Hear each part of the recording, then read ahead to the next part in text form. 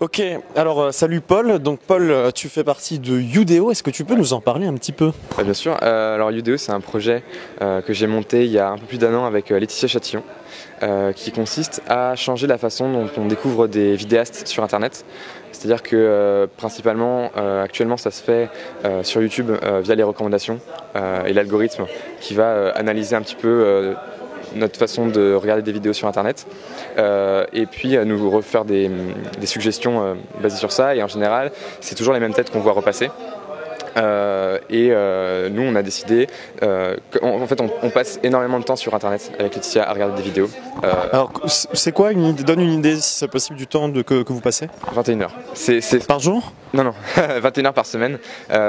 Justement en fait on a notre support principal, c'est une newsletter sur laquelle on peut s'inscrire sur le site youdéo.fr, et en gros on recommande 4 vidéastes par semaine qui manquent de visibilité et qui font un travail de dingue, 2 filles et 2 mecs. Et en plus on raconte un peu des anecdotes sur notre parcours, sur les initiatives qu'on monte, parce que en fait Youdéo c'est assez vaste, on veut aider les vidéastes sur Internet de toutes les façons possibles. Ça a commencé avec la newsletter et en fait après on a évolué, il y a eu le site internet et on monte d'autres trucs. On va lancer dans 2 semaines une extension Google Chrome qui rajoute une surcouche à YouTube qui valorise les nouveaux talents. Vous avez des bons techniciens du coup pour faire ça. Oui, alors en tout on est 4. Il y a Laetitia et moi qui avons créé le projet, et il y a David et Julie qui nous ont rejoints. David qui est notre développeur et Julie qui est la designeuse. Donc c'est elle qui va faire toute l'identité graphique de la chaîne, enfin de la chaîne de Youdéo. On a une chaîne YouTube aussi, c'est pour ça que je dis ça. Mais de Youdéo sur les réseaux sociaux et le site. Voilà. Ok, et puis alors toi personnellement t'as une chaîne, t'as une actu? J'avais pas de chaîne mais j'en lance une là, c'est tout frais, elle s'appelle Paul Raconte. J'ai déjà fait tous les réseaux sociaux et je la tease pour l'instant. Et grosse exclue, j'ai pas du tout dit le sujet dont j'allais traiter. Et en fait, depuis 4 ans je monte plein de projets sur Internet, j'adore ça. Et en fait au-delà des projets individuellement, ce que j'aime c'est partager ce que ça m'a apporté en termes d'expérience et de compétences. Et je passe mon temps à voir des gens qui ont des super bonnes idées et ont envie de se lancer mais n'osent pas, pour différentes raisons, différentes peurs. Et en fait l'idée de la chaîne est née de là. J'avais envie de partager ma passion à créer des projets et à encourager d'autres personnes à en créer aussi, et pour leur montrer qu'en fait c'est super cool, il peut y avoir que des trucs positifs. Alors des projets spécifiquement sur YouTube ou en général? Pas forcément en fait, je dis projet pour que ce soit assez global.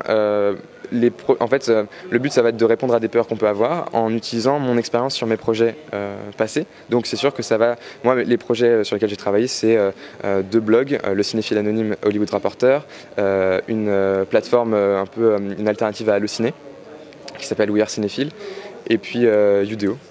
Et puis après d'autres petits projets, mais les principaux c'est ceux-là. Et en fait ça m'a apporté énormément de choses. J'étais quelqu'un de par exemple très timide, je n'osais pas participer en cours, à lever la main c'était impossible pour moi. Et après voilà, j'ai fait mon premier blog, le cinéphile anonyme, c'est un blog de cinéma. J'ai commencé à interviewer des acteurs et je stressais comme un fou pendant tout le trajet jusqu'au lieu de rendez-vous avec la personne, je flippais à mort. Et en fait au fur et à mesure, quand tu vois que tu amènes des bonbons et que l'acteur ou l'actrice va piocher dans tes bonbons et en fait elle va dire moi aussi j'adore les schtroumpfs, en fait tu vas dire en fait elle est comme moi cette personne là, et tu vas plus